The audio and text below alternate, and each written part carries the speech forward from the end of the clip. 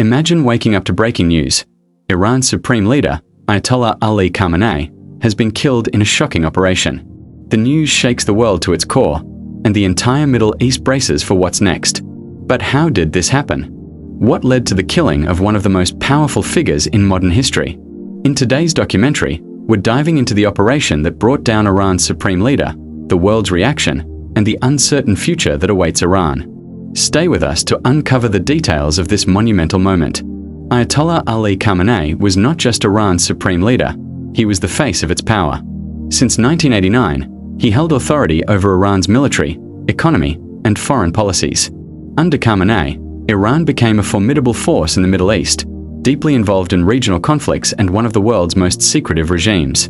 Khamenei's rule also fostered increasing tensions with the West. His influence over Iran's nuclear program and military presence in countries like Syria, Iraq, and Yemen made him a target of numerous foreign powers, especially the United States and Israel. In 2026, Khamenei's long reign was abruptly cut short. But this wasn't a random assassination, it was a carefully planned operation, one that would go down in history as a turning point in global geopolitics. On February 28, 2026, Operation Epic Fury began. The United States and Israel launched a series of coordinated airstrikes on Iran's capital, Tehran, targeting key military and governmental facilities. The operation had been months in the making, involving intelligence gathering and strategic planning from agencies like the CIA and Mossad. Among the most significant targets, Khamenei's compound in Tehran. The military operation was described as precise, with reports of multiple missile strikes hitting the heart of Iran's power structure. Khamenei was killed in his own secure compound, along with several high-ranking officials in his inner circle.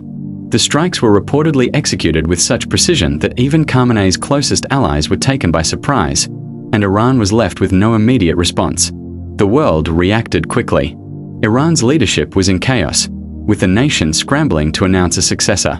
For the first time in over 3 decades, the supreme leader of Iran was dead, leaving a power vacuum.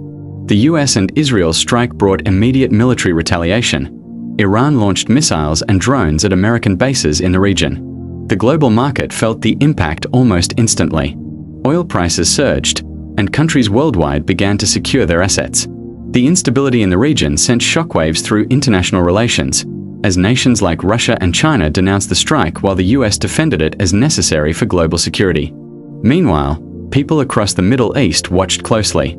Iran's military leaders began to make public statements, vowing revenge for Khamenei's death. As news of Khamenei's death spread, theories started to swirl.